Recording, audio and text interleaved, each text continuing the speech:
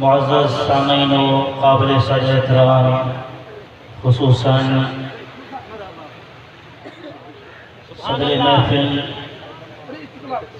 पीर तरीक़त रहबर शरीयत हज़रत किबला अलहाज सैयद शफी मोहम्मद सईं बादशाह ज़ामत बरकातुहुल आलिया, ज़ीनत महफिल पीर तरीक़त रहबर शरीयत मुर्शिद करीम हज़रत किबला साईं मंजूर अमन सईं बादशाह ज़ामत बरकातुहुल आलिया, रौनक़ महफिल पीर तरीक़त रहबर शरीयत महबूब मुर्शिद करीम हज़रत किबला साईं मुनीर अमन सईं बादशाह ज़ामत बरकातुहुल आलिया, ऐं मुझे महबूब जा आयल आशिक़ो परवानो सब खां पहिरियां अस्सलामु अलैकुम व रहमतुल्लाहि व बरकातुहू।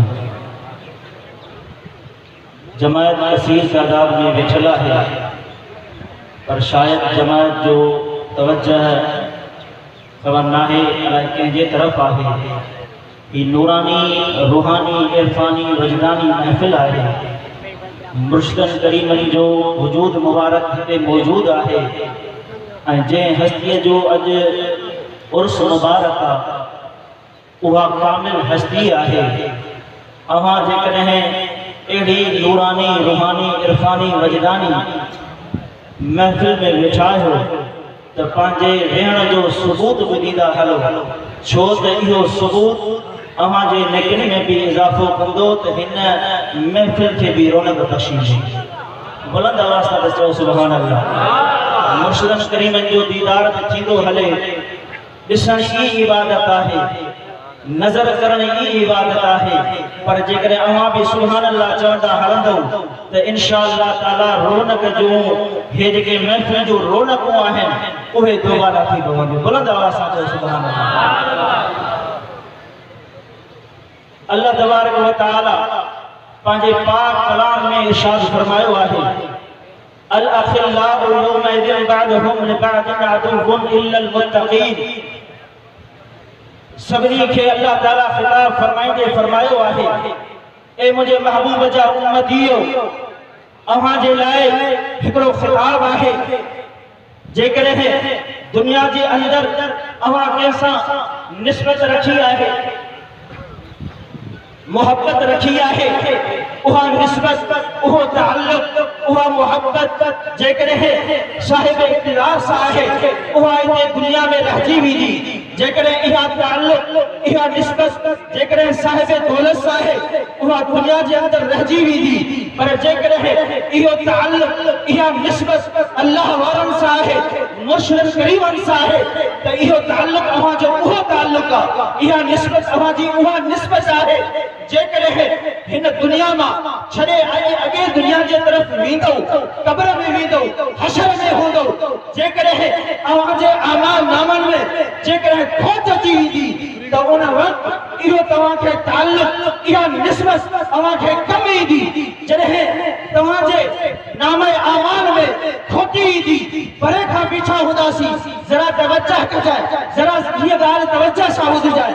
परे खां जॾहिं महबूब मुर्शिद करीम मशहूरी शरीफ़ वारो साईं सॾ करे फरमाईंदो, ए मुंहिंजा जमायतीयो, ए मूंसां निस्बत रखण वारो, ए मूंसां ताल्लुक़ रखण वारा आहियो, अॼु घबराइजो न। जेकॾहिं अव्हां जा नामे अमाल खुटी पिया आहिनि, अव्हां जा हथ हूंदा, दामन मोची हूंदी, सायो मदीने वारे साईं जो हूंदो, सभई पार पहुची हली जन्नत में पहुचंदा। अञा बि सुभाणे अल्लाह न चवंदो। वरी कुछ माण्हू चवंदा अव्हां इन्हनि सां मोहब्बत कयो था, उन मोहब्बत जो अलाए किथे वञी काठो लॻायो था, अजीबो ग़रीब ॻाल्हियूं कयो था। अव्हां खे हिकिड़ी ॻाल्हि ॿुधाए छॾियां, मुंहिंजी मुख़्तसर हाज़िरी आहे, उन्हनि खे चइजो इहा मोहब्बत असां पंहिंजे तरफ़ां न कंदा आहियूं, बल्कि इहा मोहब्बत असांखे रब करीम जो हुकुम आहे। सुभाणे अल्लाह जो चवंदा आहिनि। कीअं हुकुम आहे? रब करीम फरमाईंदो आहे, ए जिब्रील अमीन जी मालिकुल मौला, ए जिब्रील अमीन मां इन बाने सां मोहब्बत कयां थो, इन मूंखे राज़ी कयो आहे, मां इन बाने खां राज़ी आहियां, बानो मूंखां राज़ी आहे। हाणे इन जो मक़ाम, हाणे इन जो मर्तबो इहो आहे जो मां रब सां मोहब्बत करण लॻो आहियां। जिब्रील अमीन मां चाहे मोहब्बत करा थो तुझे लाइ भी लाज़िम आ तू भी नसा मोहब्बत कर। हाँ बोला मां भी मोहब्बत करा थो हाणे छा हुक्म आ ए जिब्रील तू न सचन आसमान में भी ऐलान कर उहे सभी नसा मोहब्बत कर। सुभान अल्लाह।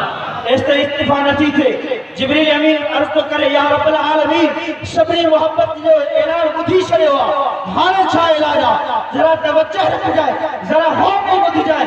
अल्लाह ताला फरमाइंदो ए जिब्रील ज़मीन जे तरफ 11,000 मखलूक मु पैदा कया है सभी मखलूक वारन के चो रब करीम ने बाने सा मोहब्बत तो करे मां जिब्रील भी मोहब्बत तो कया मलाइका भी मोहब्बत कर था ए 11,000 मखलूक अवा सभी के हुक्म है अवा भी नसा मोहब्बत करे। सुभान अल्लाह। उन जो सबर छा निकरदो जने तुझे मुझे दिल में या मोहब्बत विंदी इंदी आहे तो जिथे मुर्शिद करीम जो हुजूर होंदो आहे त उते सभई हुजूम लगी वेंदा पर जेकॾहिं तोखे चवस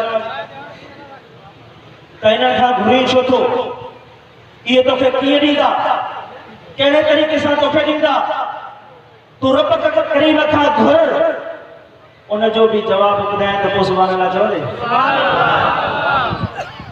अल्लाह ताला फरमाए थो जॾहिं पानो फर्जी इबादत मुकम्मल करण खां पोइ जॾहिं नफ़ली इबादत में लहंदो आहे खूब नफ़ली इबादत कंदो आहे उन बांधे ऐं मुंहिंजी एतिरी त वेझराइप थींदी आहे एतिरो त ताल्लुक थींदो आहे उहो जॾहिं फना फी शेख खां मथे अची फना फी रसूल खां मथे अची जॾहिं फना फी अल्लाह थींदो आहे जिस्म उन पाने जो हूंदो आहे ताक़त पावर रब जी हूंदी आहे ज़बान वारे जी हूंदी आहे उन में पावर रब जो हूंदो आहे अखियूं पाने जो हूंदियूं पावर रब जो हूंदो आहे हथ पाने जा हूंदा आहिनि पावर रब जो हूंदो आहे पैर पाने जा हूंदा आहिनि पावर रब जो हूंदो आहे पोइ रब जो पावर आहे कुन थी फयकून थी पवंदो आहे पोइ जॾहिं असां चवंदा आहियूं ए महबूब मुर्शिद करीम ए मशहूर शरीफ वारा साईं पुट खपे साईं हथ खणंदा आहिनि अल्लाह ताला फरमाईंदो आहे हिकु छा सत ॾेई छॾिया।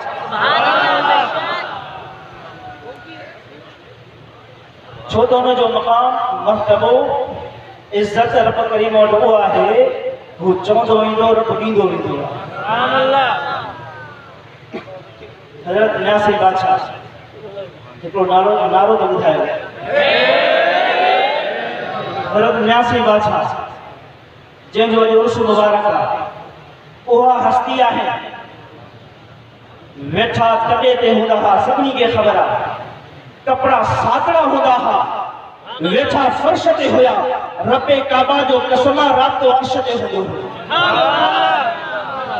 हज़रत सखी साईं बादशाह रब कायनात जो कसम माण्हू चवंदा हुआ सखी साईं बादशाह दुआ घुरनि था लंबी दुआ कोन था घुरनि भी नंढी था पर जेको अर्ज़ कनि था रब करीम उहो करे ॾींदो आहे।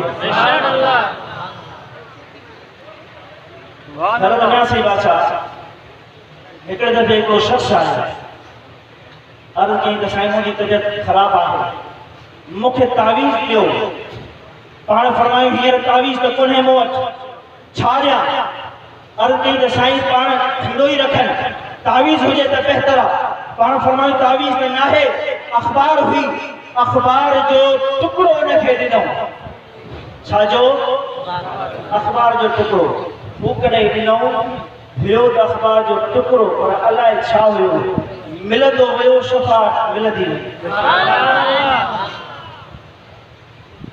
हज़रत सखी साईं बादशाह सनन जी हिकिड़ी अजीब ॻाल्हि पढ़ियमि पाण जॾहिं ज़मीन कहराई हुयो उन में सारियूं हणायूं हुयूं उन में रोबो हणाए जॾहिं बस कयूं अव्हांखे ख़बर आहे त सारियुनि जे लाइ पाणी जी ज़रूरत हूंदी आहे या न हूंदी आहे पर जॾहिं रोबो हणाए बस कयूं पाणी ख़तमु थी वियो ज़मीन में जेको पाणी हुयो सुकी वियो मथों पाणी अचणु बंदि थी वियो हज़रत सखी साईं बादशाह जॾहिं ज़मीन ते आया आहिनि कुर्मी अर्ज़ थो करे हारी अर्ज़ थो करे त ए साईं जॾहिं खां रोबो हयो आहे सारियुनि जी पैदावार कई आहे पाणी ज़मीन मां खुटी वियो आहे तो हजरत महबूब मुर्शिद करीम समी से बादशाह चाहता फरमाए गौर नहीं बुझ जाए, तवज्जो नहीं बुझ जाए। पाण फरमाए था आसमान की तरफ नजर करे, फरमाए था ते ए मालिकुल मौला जमीन में तो पानी खुटी वियो पर तो अज तो पानी मौजूद आ। अज नाले बिछे जी जमीन सुके थी, मालिक पानी वसाए। फकीर को बुधाए साईं चाहे पी अञा मेल बि न विया आहिनि, ज़मीन जे मथां इहे त वॾे थोरे जो मींहुं वसियो आहे जो ॼण त 8 ॾींहंनि खां पोइ मींहुं हले पियो। इहो छा हुयो?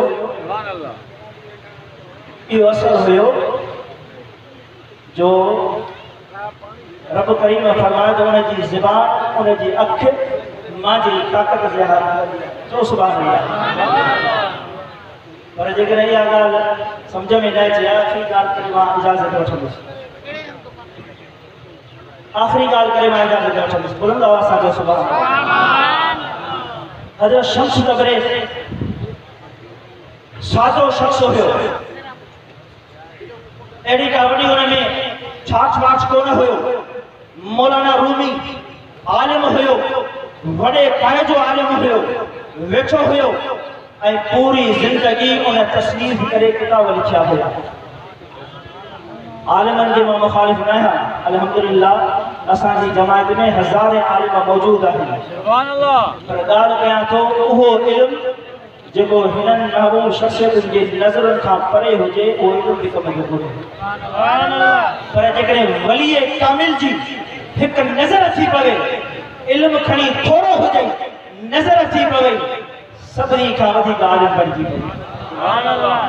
हज़रत शम्स तबरेज़ आयो, साम्हूं ॾिसी करे मौलाना रूमी उन वक्त जो वॾो आलिम हुयो, वॾो मुसन्निफ़ हुयो, ॾिसी करे चई त अजीबो ग़रीब इंसान आहे, जूतो कोन हुयो पातल, मिस्कीनी हाल हुयो, कपड़ा सादरा हुया। पर जॾहिं आया आहिनि पाण हज़रत शम्स तबरेज़ पुछस था त ही छा आहे, किताब साम्हूं मौजूद हुया, तुलबा भी वेठा हुया। मौलाना रूमी तो चवे ई आ अस्त जे तू न में दान ही उहो इल्मु आहे ए मजनू तोखे इन इल्म जी ख़बर न आहे।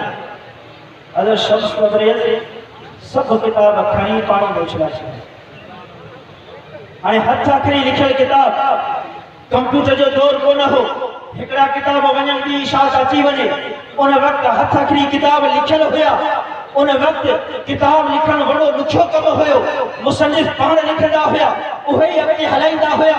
उन वक़्तु अजीबो ग़रीब कैफ़ियत थी पई। मौलाना रूमी जी फरमाए थो त ही छा आहे शम्स तबरेज़, हे छा कयो अथई, ही छा आहे छो पाणीअ में उछलायई, मुंहिंजे पूरी ज़िंदगीअ जी तो जेको सब्र हुयो ख़तमु करे छॾियो।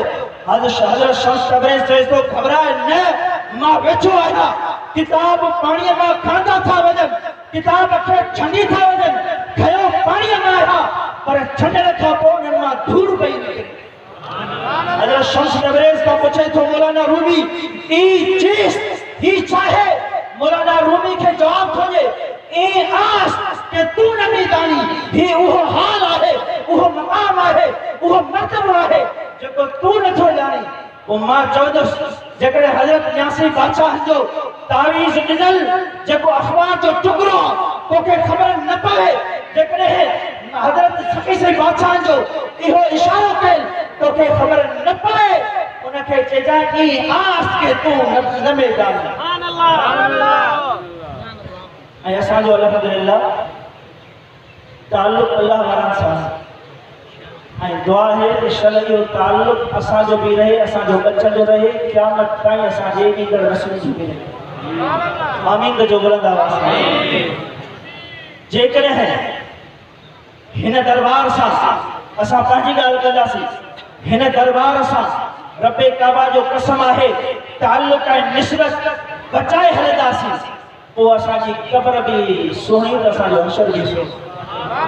अल्लाह ताला मुझो चमन आवाज़ ॿुधण पंहिंजे बारगाह लाइ क़बूल मंज़ूर फरमाए। व आख़िर दावाना अल्हम्दुलिल्लाह।